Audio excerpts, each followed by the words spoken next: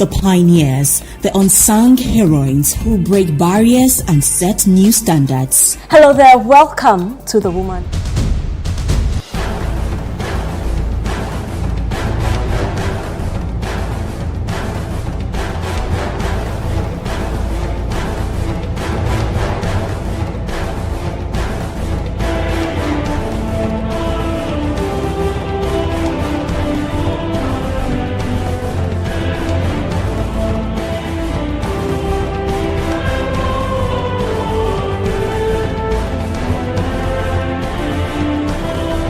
Complete this rhyme. Twinkle, twinkle, little star.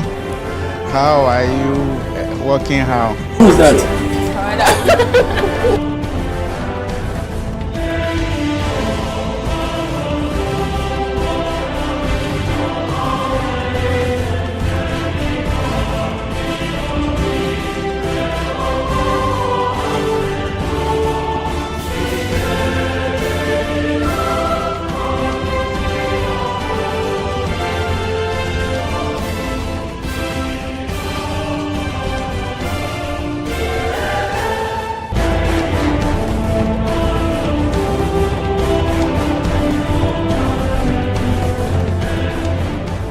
Welcome to The Point of View. Welcome to Face to Face on Channel 1 Television. And hello, welcome to What the Papers Are Saying. This be football made in Ghana. It be the only pidgin show where it day on your screen, Channel 1 TV. Thank you so much. Some people are late.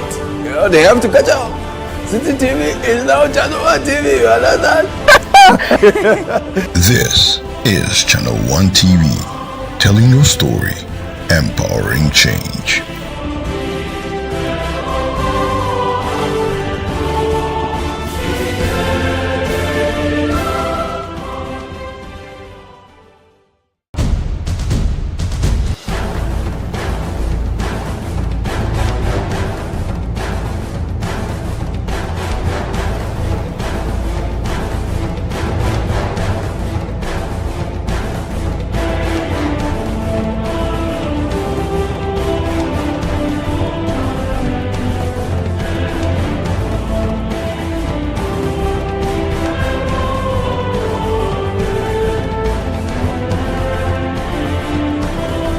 Complete this rhyme. Twinkle, twinkle, little star.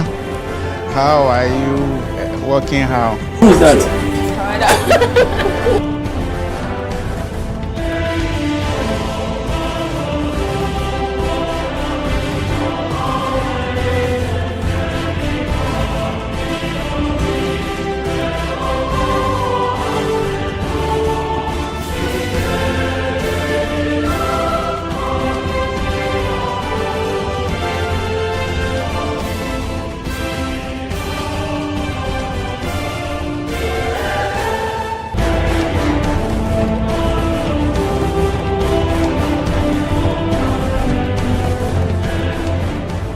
Welcome to The Point of View. Welcome to Face to Face on Channel 1 Television. And hello, welcome to What the Papers Are Saying. This be football made in Ghana. It be the only pidgin show where it day on your screen, Channel 1 TV. Thank you so much. Some people are late. You know, they have to catch up. City TV is now Channel 1 TV. You understand? This is Channel 1 TV, telling your story, empowering change.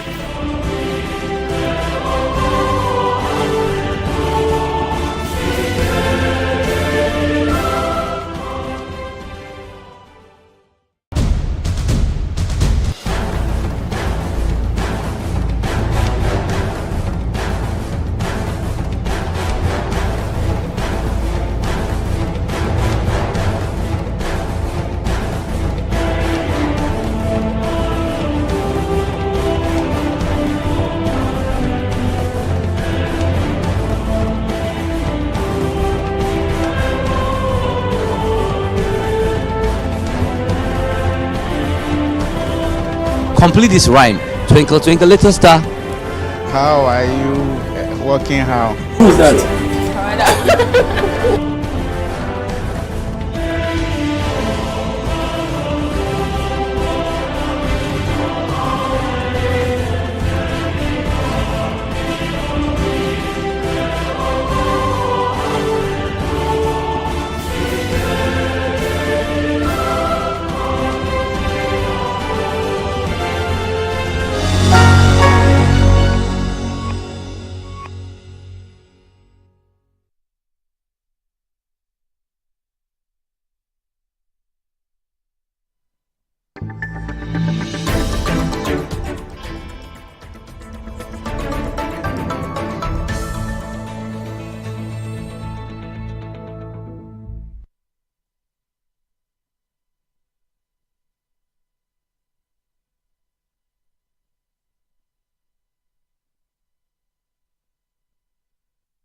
Hello, welcome to What the Papers Are Saying. My name is Vivian Kai Lokko. Thank you for making time to join us for another edition where we'll look at the big stories for the week.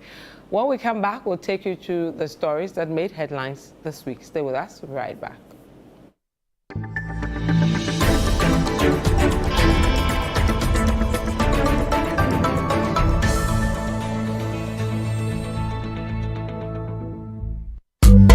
All be lying.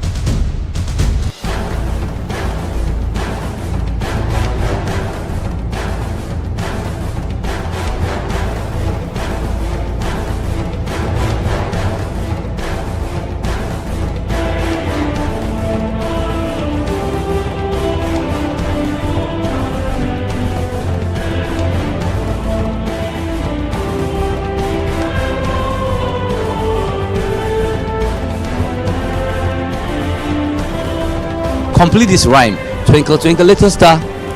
How are you working how? Who's that?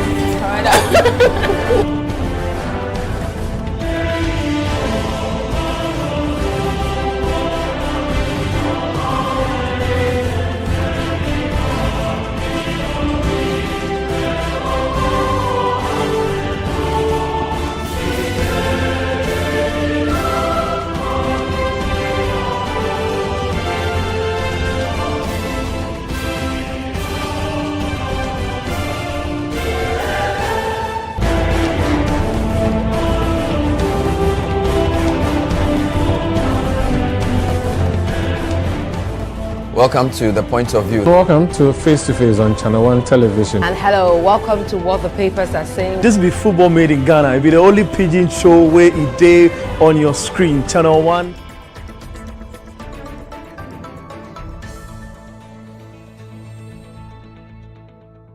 Welcome back to What the Papers Are Saying. So let's take you through the stories for the week. We'll start with the Supreme Court and bring the latest around the Speaker's ruling on the vacation of some 4 seats and the latest from the courts. So let's take you through to Daily Guide to start with. They say reverse decision on vacant seats, Speaker to Supreme Court. The Chronicle says Supreme Court throws out Bagbin. The Anchor, Supreme Court throws out Speaker Bagbin again as Chief Justice fumes. This is constitution crisis. We'll take you to channel1news.com. Supreme Court adjourns judgment on vacant seats case to November 11. And finally, on that story, citynewsroom.com, vacant seats, accept Supreme Court ruling. Alan advises Bagbin. So those are some of the stories around the declaration of vacant seats and matters arising. Let's move on to another story that made headlines this week, a pretty sad one, the death of Madam Ekwia Donko. Let's start with the Daily Guide. They say Ekwia Donko dead. The Informer, Ghana mourns Ekwia Donko. CityNewsroom.com, Ekwia Donko, Ejuratia residents mourn as daughter calls for state burial. CityNewsroom.com, EC urges GFP to nominate new flag bearer within 10 days. Channel1news.com, EC halts ballot printing after Ekwia Donko's passing. So those are some of the stories around the sad news there where the founder of, or the presidential candidate for the GFP has passed on. We'll move away from that. Another troubling one has to do with the measures of the Boko conflict. Let's see the latest around that. The Ghanaian Times says renewed chieftaincy dispute, stop politicizing Boko conflict as Samoa Boateng admonishes politicians.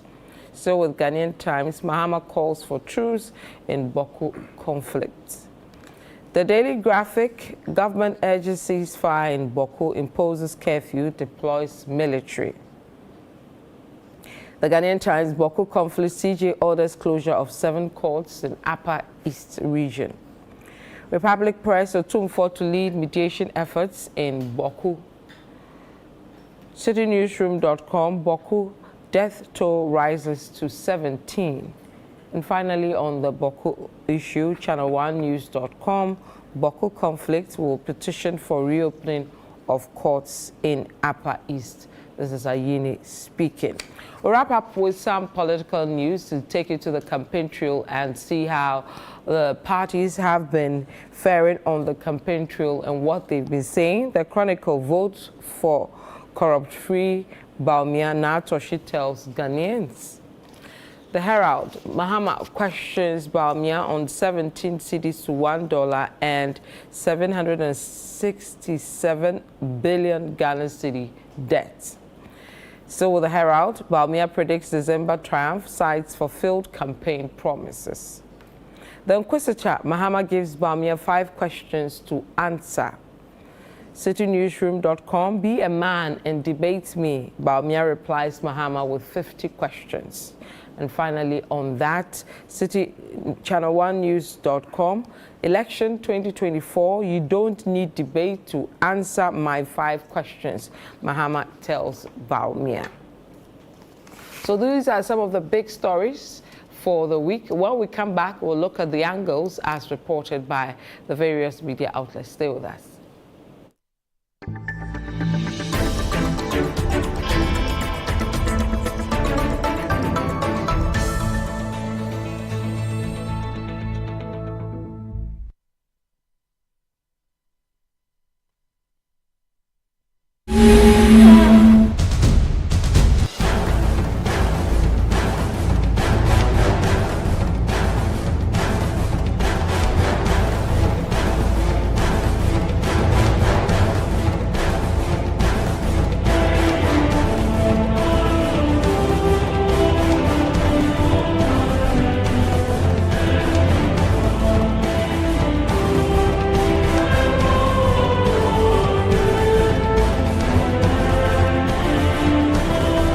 Complete this rhyme.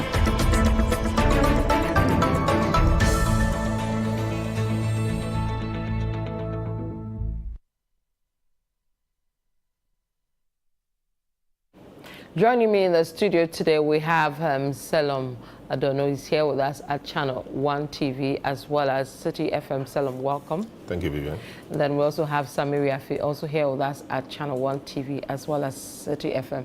Sami, welcome. Hello, well. Vivian. Right. So, gentlemen, we'll start with the issues around the declaration of vacant seats and matters arising. We'll start with the latest to it, where the Supreme Court has, of course, adjourned the judgment on the vacant seat case to November 11. It has also thrown out Speaker Bagbin over what he took there in regards to whether or not the Supreme Court can have its say on his matter, which Afenyo Markin took to the court. So I'll start with you, Selim, to take us through what is happening around that, the latest development. First, on the ruling, with the initial ruling with Bagbin, and what we're to expect on November 11 as our lawyer. A friend of the court. A friend of the court. All right, thanks so much, Vivian. Thanks, Vivian. So I think it's an interesting scenario we have on our hands, and of course, the point needs to be made that we are this mainly because of the numbers in Parliament, and so the numbers in Parliament, right from day one, have occasioned a number of things. We've seen the numbers leading to the Supreme Court itself making a decision on whether or not a deputy speaker who presides as speaker can be presiding and excuse himself and vote and all of that. We've seen all of this play out at this time. So it's the numbers really. If the numbers were like the numbers we had in the previous Parliament, I'm not sure we would have been seeing this. So it's actually a test of the times. So in this particular case, we had 4 members of Parliament who either wanted to change from being an independent candidate to a party candidate, or from party candidate to independent candidate. And the operative article of the Constitution in question is Article 97(1) G and H, 97(1) G and H, which by now almost everybody knows what it says. That if a member of Parliament shall vacate his seat in Parliament if he leaves the party of which he was a member, and joins another party, or maybe becomes an independent candidate or elected independent candidate, and then as independent and joins another party, that person shall vacate his seat in Parliament. So this constitutional provision is become the subject of varied interpretation. I mean, many would have thought that this is just clear. So the interpretation, so there are two interpretations. But the law really is that where there is a rival interpretation or competing interpretation placed on a constitutional provision, you have to go to the Supreme Court for interpretation, because it is only the interpretation of the Supreme Court that binds everybody. And indeed, the Supreme Court has various forms of jurisdiction, but one that is exclusive to it is the jurisdiction to interpret the Constitution. We call it the original jurisdiction of the Supreme Court. So, a number of things have happened in our jurisprudence, constitutional jurisprudence till now. So, about many years ago, there was the case we call the Vacant case. In the Vacant case, the ratio which is of relevance to this discussion is that any time a matter of constitutional interpretation arises in the lower court relative to the Supreme Court, the sitting judge will look at it and see if it is clear and unambiguous. If in the mind of the lower court it is clear and unambiguous, the lower court should just go ahead and deal with the matter the way it deems fit. Okay. If the other party is aggrieved, then the other party's remedy or the other party should go using the normal channels of redress, which is appeal the decision, and we take it up from there. But in 2016, I think, there was this Zaneto case, the case we now call ex parte Zaneto, where Zaneto contested the NDC primaries in Klote-Kole and then defeated Nyama Shite. And Nyama Shite thought that she was not qualified and all of that. So went to court. The court upheld Nyama Shite's argument. They went further to the Supreme Court, and the Supreme Court overturned that or quashed that. The Supreme Court, the ratio from that decision really is that anytime a matter for constitutional interpretation arises, the court, no matter what you think, whether you think it's clear or unambiguous, you leave it, refer the matter to the Supreme Court. Let the Supreme Court give its interpretation, and its interpretation should bind everybody, including the parties in that suit. Yeah. Okay. So you see, we've moved from one interpretation or one point to the other. The Supreme Court departed from its own ruling of 1971 in the Makakan case. So now, when the Zaneto decision was given, a lot of legal writers and jurists, some liked it, some also thought that this would give opportunity for other courts and other people to delay proceedings, to buy time, to do a lot of things like we're seeing now. But as we speak, that is the law. That is the law. If a matter of constitutional interpretation arises, you stop everything you are doing, refer the matter to the Supreme Court. Let the Supreme Court deal with it before you continue. So that's the law. All right, so now we have this Article 97, 1 G and H we are talking about. It appears clear, but now, all of a sudden, there's another meaning or interpretation being put to this, that these 4 MPs were elected on the ticket of their various platforms, party or independent, into the 8th Parliament. And the decision they have taken relates to what will happen in the 9th Parliament. And so this Article 97(1) G and H do not apply to the 8th Parliament, because the effect of what they have done will be seen in the 9th Parliament. So, that is the other meaning to it. So now there are 2 meanings, or there are 2 interpretations. One is that it's the 8th Parliament, that's where the consequence must be felt. That's one. The other is that no, the thing they are doing, it will only be seen in the 9th Parliament.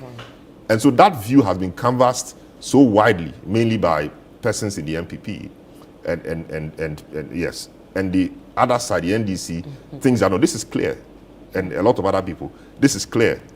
it's divided. And so when you have issues like that, once there's, varied interpretation to a particular provision, the law is that you leave it for the Supreme Court to deal with. So remember I just told you that when the Zanetto decision came, people thought that it would be an opportunity for people to delay things, etc. Because all I need to do is to put a rival meaning to a provision. It will not be left to the body or the court or the authority dealing with the matter to say, no, this is clear or unambiguous. It has no jurisdiction to do so. So once a matter of interpretation arises, everything must stop and everything must go to the matter for interpretation must go to the Supreme Court for determination. So now, Haruna Idrisu on the platform, campaign platform somewhere in Tamale, said that the Parliament resumed, or when Parliament resumed on the Tuesday, they were going to trigger this particular provision and then get the Speaker to declare 4 seats vacant, so that the NDC minority will now become majority. Because when you work out the numbers, there's one NDC guy, he leaves, NDC becomes 136. There are 2 MPP guys. MPP becomes 135, and then there's an independent candidate who leaves. So NDC becomes 136, MPP becomes 135. Yeah. And by virtue of the numbers, the NDC becomes the majority. And a lot of things will change from there. So having heard this, majority leader quickly put his team together and then said, now this article that the guys will be relying on could not mean what they think. It could mean this other way. So quickly wrote to the petition or filed a writ at the Supreme Court for the Supreme Court to interpret this matter. Yeah. So once the Supreme Court was seized with the matter, everybody else was put on notice. And that notice was important. But before you are put on notice, you have to be served. That's why the issue of service is important. If you've not served me, then it means that I have not been brought into the matter. So Parliament or parliamentarians or Parliament has immunities. Article 117 says that when no criminal process or no criminal or civil process should be served on members of Parliament when they are on their way to Parliament, at Parliament, etc. This is it. Civil or criminal process coming from any court or place out of Parliament shall not be served or executed in relation to the Speaker or any member of Parliament, clerk, etc. Which means that when the person is going to Parliament, you can't serve him. He's coming from Parliament, you cannot serve him. When he's at Parliament, you cannot serve him. So this provision was creating issues. Yeah. The Speaker of Parliament spoke to his colleague, Chief Justice, and they came out with an arrangement. And a circular was issued to that effect. What that circular said was that because you do not sit on Mondays, and because of the bottlenecks we experience or we encounter when trying to serve MPs and parliamentary people, because you do not generally sit on Mondays, we'll do the service on Mondays, and then we will serve the legal department. Yeah. And so once we serve the legal department, that should be deemed as service. They agreed on that, and a circular was issued to that notice. Now, Speaker was served, I think, Speaker was served either on the Monday or on it wasn't on the Monday through the legal office. Yeah. So the argument of Afenimaki and Co. and the court is that he was served through the legal office. Yeah. And the other argument is that it was not as in SK Bagbin himself being served. It is the office of the speaker. That's right. That is being served. So if they serve the legal department, that should suffice. Yeah. Speaker also says, that was not good service. And once it was not good service, it raises issues in law. So that was his point. Now, he said he's not been served. So he goes ahead to declare the seats vacant. Ordinarily, once the Supreme Court has been seized with the matter of interpretation in respect of a provision of the Constitution you are relying on to do something, you have to pause. But he is not being served, according to him. So once it's not being served, he doesn't know about it. So he goes ahead to do his work, even though he alluded to that fact in his declaration or in his ruling. I don't want to call it ruling because they say it's not a ruling. In his notice of the vacancies, occasioned by the conduct of these people. He alluded to that. So the Supreme Court's point is that he refused the service, and he even mentioned it that he's seen that they've tried to serve him, but he's not being served, more or less. But if they, on the matter of principle and agreement, was that they can do that on Mondays through the legal department, why are we now saying that it's not been done? I mean, if you listen to the Chief Justice, she even alluded to it, yes, that this so, is the agreement. So I think the confusion, if I'm right, is whether it was to be served on him personally. But I think it's the speaker.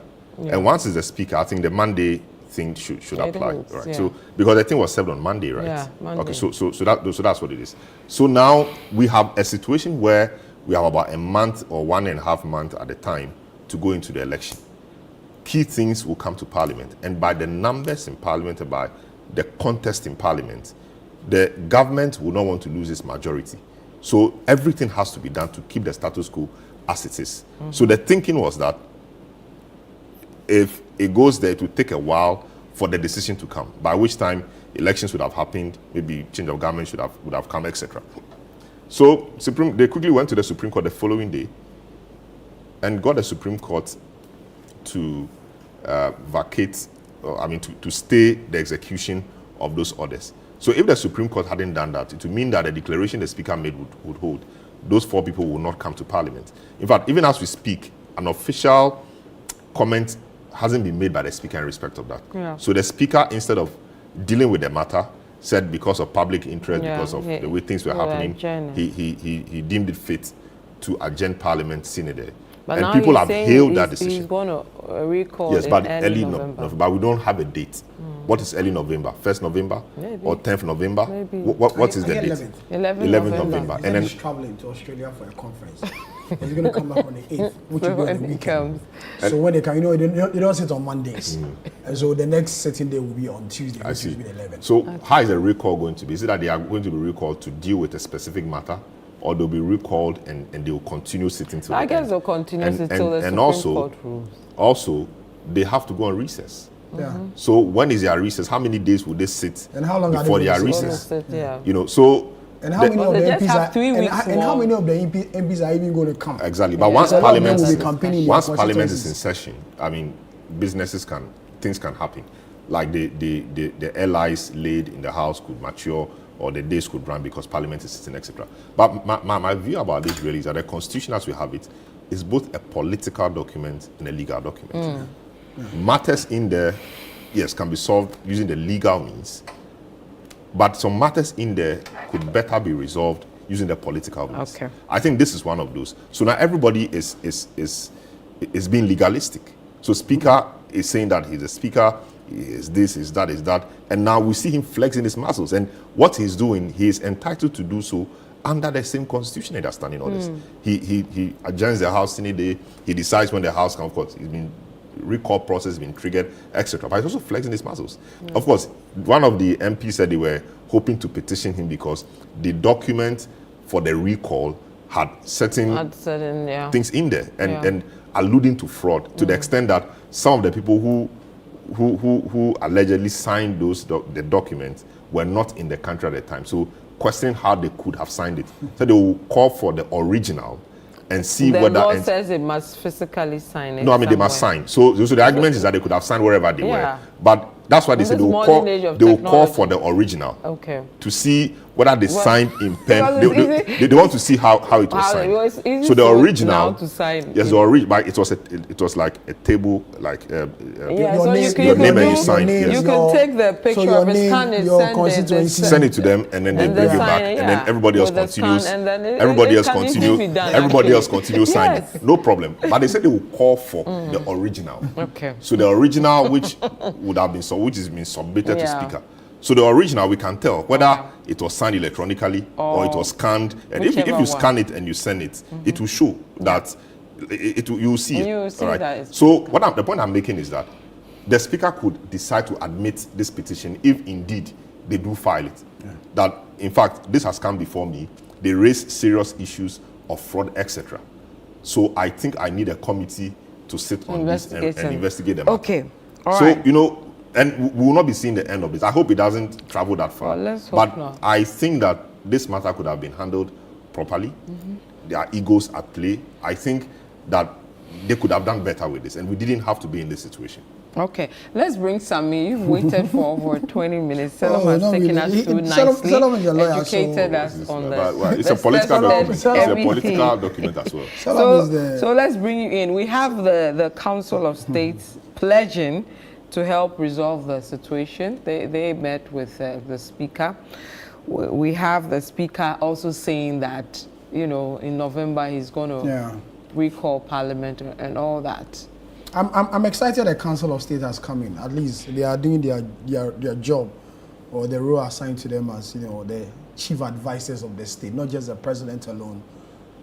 People who occupy important, you know, offices, including the Speaker and the rest. So I'm excited that the Council of State has come in. At least we know that the Speaker has announced that on the 11th of November is most likely is going to recall Parliament based on the petition Vivian Kai Lokko and his colleagues sent to him. But my worry is when Parliament is recalled, how's the system arrangement going to be like? Because we've had the members on the minority side who have said that until they hear the Speaker reverse, Salam is no more a ruling, right? So they say we shouldn't call it a ruling again, the Speaker's thing. So until they hear the Speaker reverse the statement he made, vacating the seat, they are still seeing themselves as the majority until otherwise. So I don't see how they... So that means they are going to ignore what the Supreme Court... They say they are MPs, they only hear... The Speaker is the ultimate, the Speaker is the only person who can direct them. The court can direct them.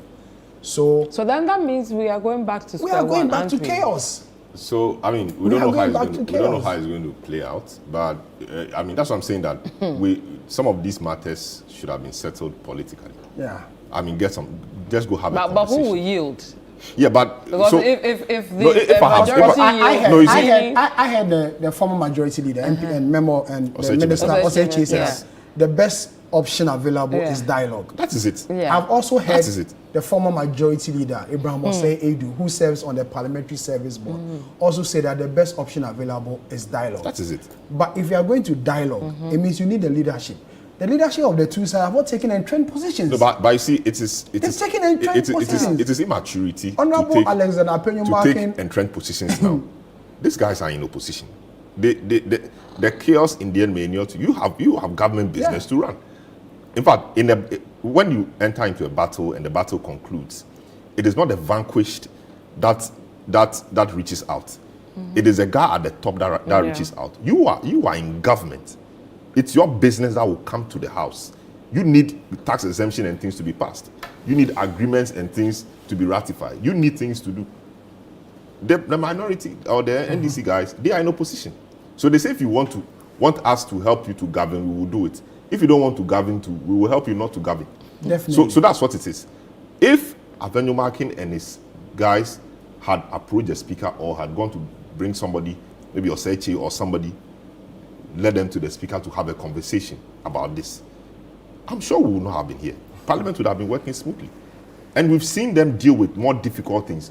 When egos come in the way, that is when we have problems. So if you want to be legalistic, we will all be legalistic. Yeah. Who loses? And it tells when the CJ was giving her ruling. She sounded very frustrated. At the point she said that in critical times that the Parliament is not sitting. Yeah. And I heard her speaking, you know, clearly that in critical times like the Parliament is not speaking some few months to an election where there are important things to be done. A new budget for the next government that is supposed to take over Parliament. I'm told is supposed to, you know, allocate some funds for them for their operations to the new government.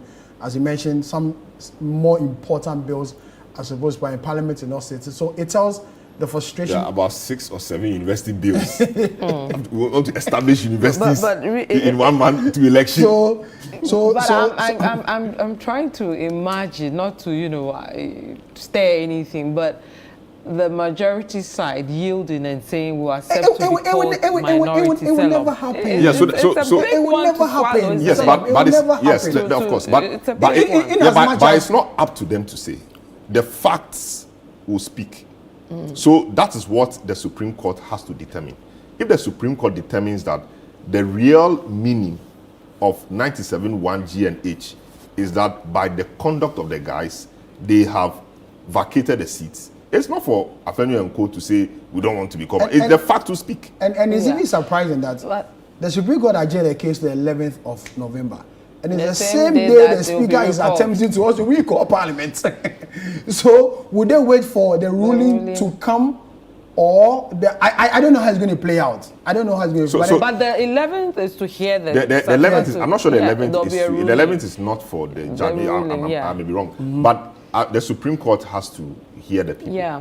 So I think the 11th is for the argument and do all of that. After the arguments, they will give a date for the ruling or for the unless they for the really judgment. really want to fast track. You know, but the Chief Justice said that there's a case. So they'll use a day to. She didn't give a timeline. But then but they come back on the 11th. Yes, but they will hear the argument because they said the Speaker should file. AG has filed. The plaintiffs have filed. Speaker should file his arguments, and then they take it from there. So I don't see this resolving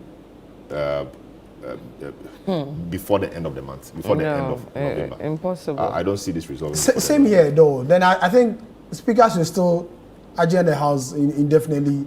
But what's the feeling at the Jubilee House, especially because government business is hanging. For them, they wish Parliament was sitting. They really wish Parliament was sitting. I've had an opportunity to engage, some of the officers in there. They wish Parliament was engaged because of the urgent bills, especially the tax exemption for the one district, one factory companies that are coming in. They tell me that over $400 million is supposed to come into the country. If these tax exemptions are supposed to come in, the investment these companies are going to do when it comes to the passage of this. So for them, they will just wish that Parliament will sit and then they can get all these things But how do they intend, the majority leader and all that, to solve this problem, especially with the entrenched position of the NDC? I heard somewhere last year that the Chief of Staff was engaging the majority leadership on this particular matter.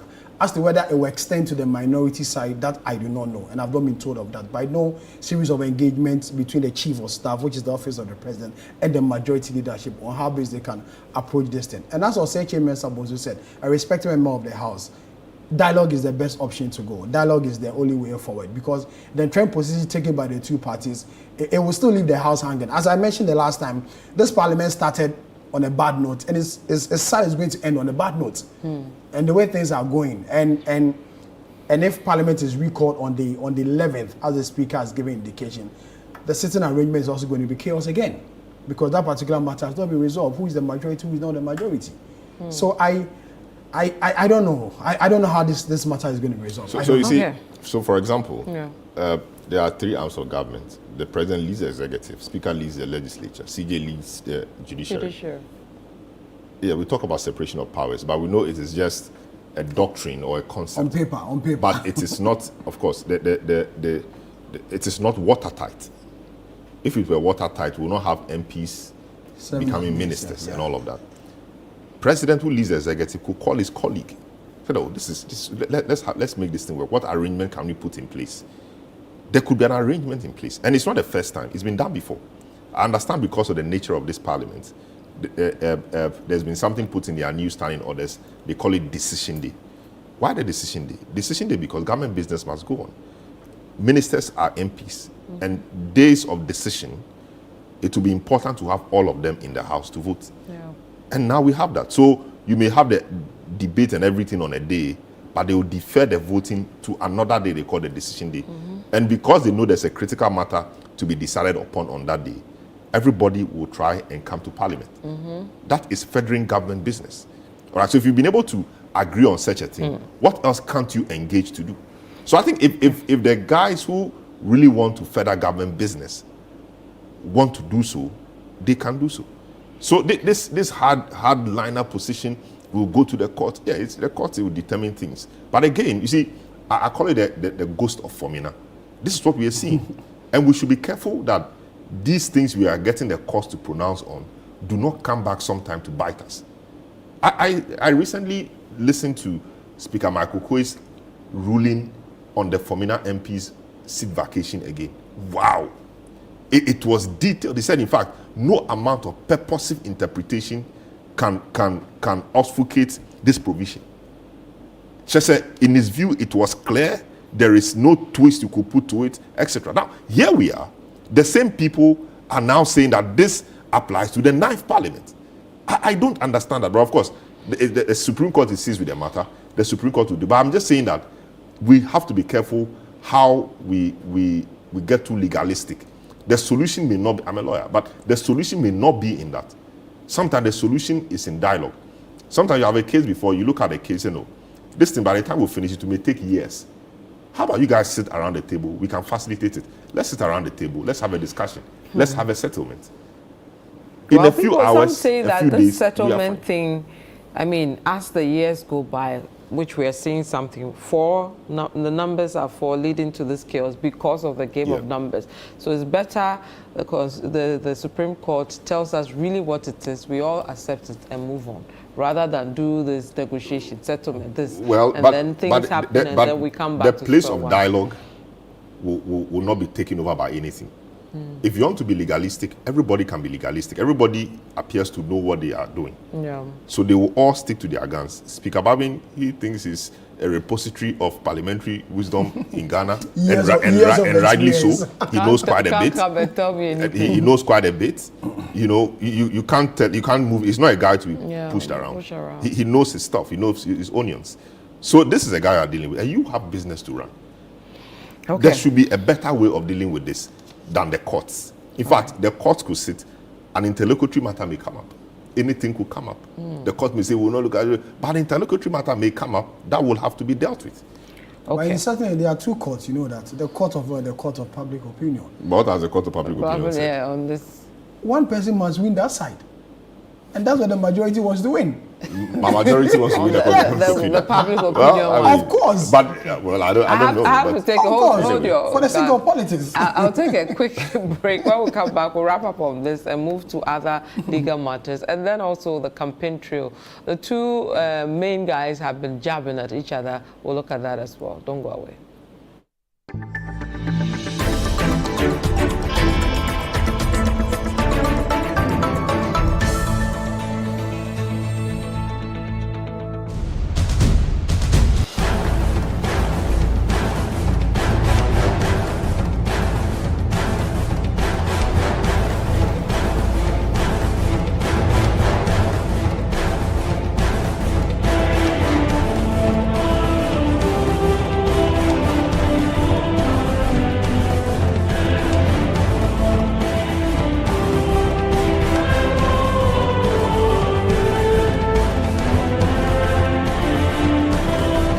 Complete this rhyme. Twinkle, twinkle, little star.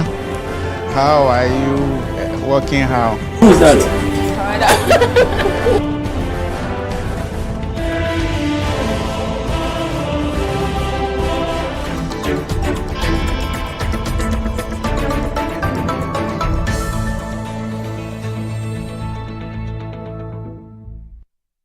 You're welcome back to what the papers are saying. My name is Vivian Kai Lokko here with Salam Adono as well as Samir Yafi. Some of your final words, you're making some. I have just 30 seconds. The Supreme Court should settle this matter.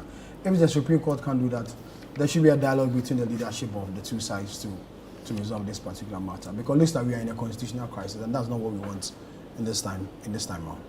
Okay, let's move to a quick one. Well, our condolences to the family of Ikia Donko, but there's another issue there on what happens to the voter poll. Will she be removed entirely? The EC have given her party 10 days to come up with somebody to replace her. The NDC has warned that don't dare and change anything. Keep it as it is if nothing comes out of it. Salom. What does the law say on that one? It appears it's not clear. It's not clear. So when it's not clear, that way you pull from various places and you deal with all of that. I think so. The EC has come out to clarify the way forward. That they are giving them 10 days to nominate somebody, a nomination or a candidate. So that's fine. If that 10 days, if they meet that 10-day ultimatum or deadline, then we will have Ikia Donko, as in her picture from there, replaced with somebody else from the same party. So that is fine. The contention really will be what will happen if they are not able to put forward a candidate. Yeah. So will they go ahead and delete Ikia Donko entirely from there, or they will leave her there and any vote that comes to her will be invalid? The law talks about that. Yeah. So for example, if a candidate dies or withdraws from the race at the last hour, you do not clean the person away. Of course, the person's picture will still be there, but any votes assigned that person is invalid. That is how I think they should approach this. Yeah. So that leave a, because they said they've started printing. Yeah. They're putting a hold on the printing. Yeah. And in order to save money and to calm the tensions and not to raise the political tensions further, leave a Kwadonko there. It doesn't break any rule. It doesn't break any law. Leave a Kwadonko there. Continue printing. Yeah. Any vote she gets will be invalid, and let it remain as it is. I'm not sure it will be a good idea, and I'm not sure the EC will be smart in contemplating or even toying with the idea that they will remove Ekadonko and move everybody up. Move everybody. When people when people have invested, in the position, in branding materials, invested in education materials, etc., advertising or educating and training their people on the numbers they are on. I don't think it will be a smart thing for the EC to do. If the EC does that, it will go ahead. It will again fool public perceptions about. What about those who also have a school of thought that if you leave it there, and maybe she wins, maybe she no, she cannot win. Hold on, because Fejaba and I had this argument. Not because she wins, her party should select. Not because not that she cannot win because she can't make the numbers to win, but it's invalid. So if you vote for her, it's sport ballot. It's just like if you vote for a sport ballot, so it won't work. We've been in this country where the district assembly election, a dead person won. So what happened to the dead person? Dead person won. So what happened to the dead person? We've had an instant before. There's been a precedent. The dead person give it to the next person. That is it. In this case, it's invalid. So it's not an issue. You see, we can create issues. It's a non-issue. We can create issues and haggle over them and debate and argue, sweat. No, it's a non-issue. If she wins, she's not won because she would have been invalid. You would have thrown your vote away. That's what it is. So who are you going to give the? No, you give it to the next, because before the context, we've all understood, or would have all understood, that a vote for her is invalid. That's it. That saves everybody the stress of debate, arguing. EC will go to IPAC coming to say no, we have to do there's no law. That is a price we have to pay for. Democracy is expensive. It's expensive. Democracy should and to avoid all these in a country where people can go to court any day, any time on an issue, I think the argument is for and against. I've heard people also say that let's use a black ink to cover her photo and the symbol and those things, so that at least when people get the ballot, they will not see a Kwadonko photo or the symbol there. When what's the name? Is it Komnado 4 of the NDC opted out of the race? His picture was there. Some people voted for him. Those votes were not counted as valid votes. No, it's not it new. happens everywhere. It's not new. So why do we create a problem when there is none? I mean, are we not tired of tensions? The ballots we've already printed. And we go and waste and say that democracy is expensive. Yeah, democracy is expensive. But why do we recklessly want to make it more expensive? You've printed papers. We don't know how many you have printed or what percentage of the total you printed. Printing last weekend. Yeah, the Electoral Committee. If you read their statement, they say they are near completion. Yes. Yeah. So why would you? So if they don't present a candidate, if they present a candidate, yes, then we can go by the argument that democracy is expensive, and so we have to print new ones with the new person's image there. Yeah. But if they are unable to nominate a candidate or present a candidate, the party addresses a press conference tomorrow. In the 10 days they are given, let the printing continue. The party says they will address a press invalid on this tomorrow. If you vote for her, you've thrown your vote away. That's what it is. I even think the party should have said, it's all right, let's keep it there. No, but it's an opportunity for somebody to also shine. For somebody to shine. So that's what it is. But I think it's really a non-issue, this whole debate. And so now somebody says, okay, we will change positions. NDC has written something, you dare not, this. I mean, it's unnecessary trouble we are creating for the EC. And if the EC doesn't come out resolutely to deal with this in a manner that is not controversial, I worry for them. But the NDC's fears anything.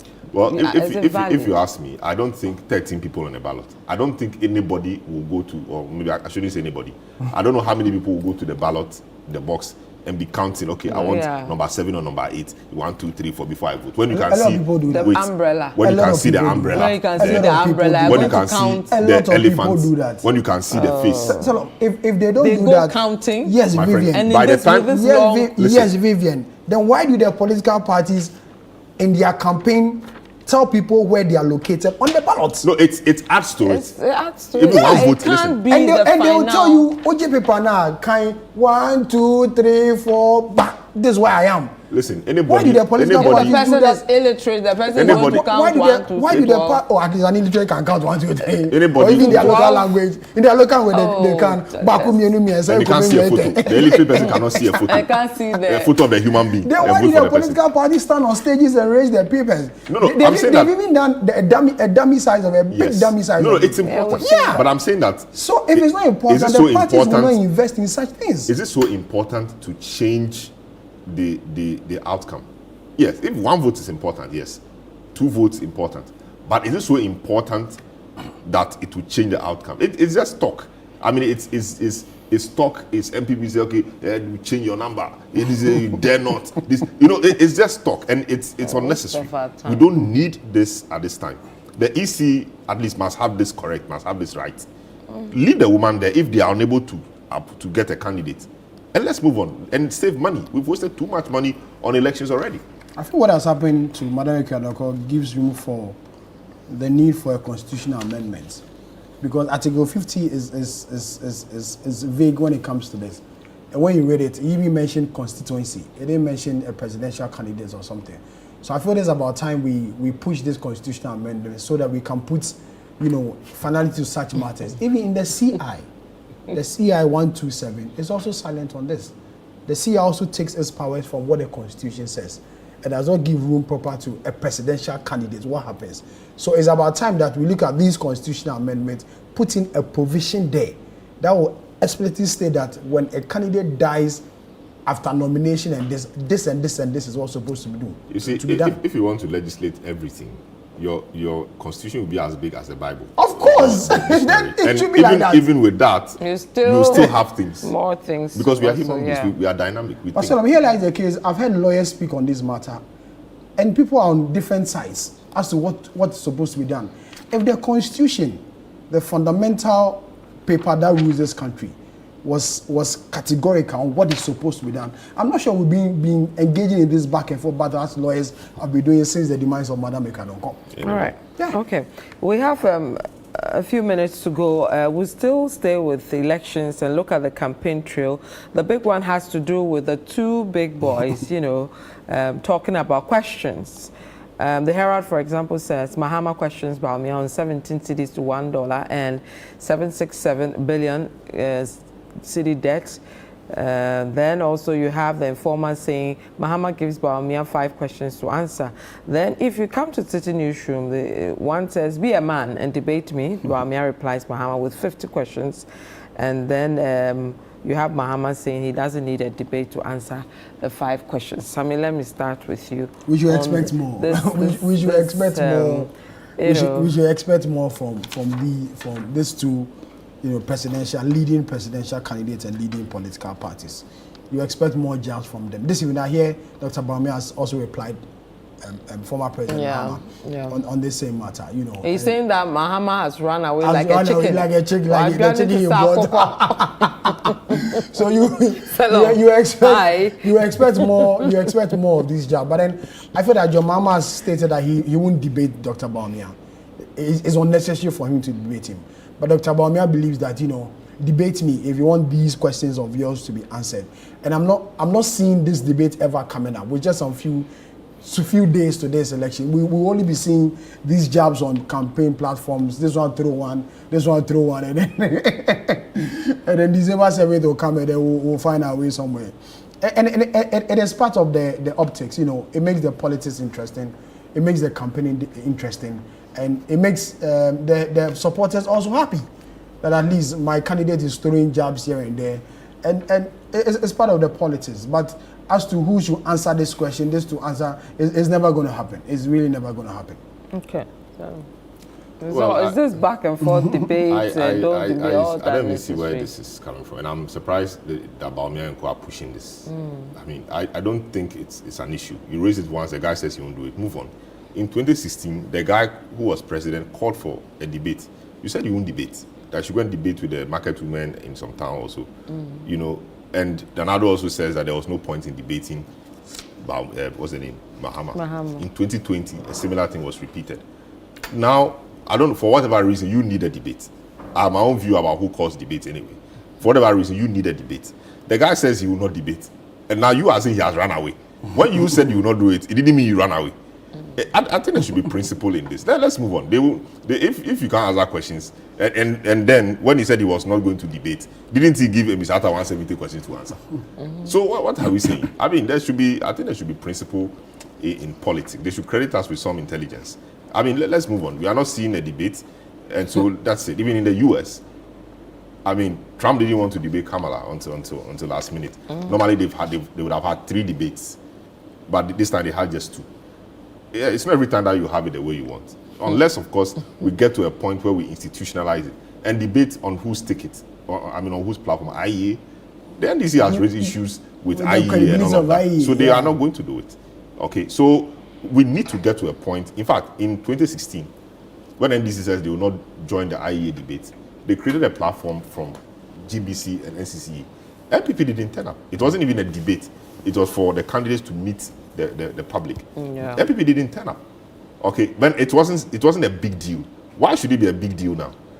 I think it's unnecessary. Until as a country we come up to say that okay, we must have debates and do this and weave it into the process.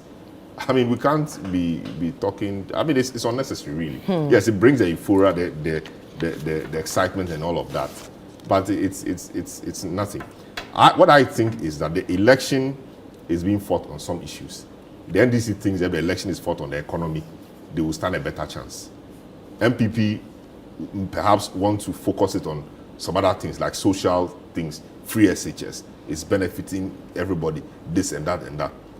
I read a graphic post recently, it said the economy will determine what it is. And we've seen the top 5 issues that will determine the election from various places. It's in the NDC's interest to keep pushing the economy angle because they feel the economy is hard, people are suffering, etc. When you look at all the 5 questions that Mahama is posing, they are related to the economy because he wants that to be the center. So he wants to get people to continue talking about that and continue asking those questions. Inflation, a dollar CD, and all of that. And the more people talk about that, the more it's good for him and not good for Baumia. And so Baumia too is smart. Now he's come up with 50 questions, and the 50 questions also seek to throw people's minds back to where we were in 2016. So it's all of that. But this whole thing about his run away, is this, is stupid, this, I don't think it's the place to be. Yeah. You know? All right, gentlemen, our time's up. We have to go. Thank you very much, Salam Adonu and Samiri Afi. And thank you too for joining us. My name is Vivian Kai Lokko. We'll see you again. Goodbye.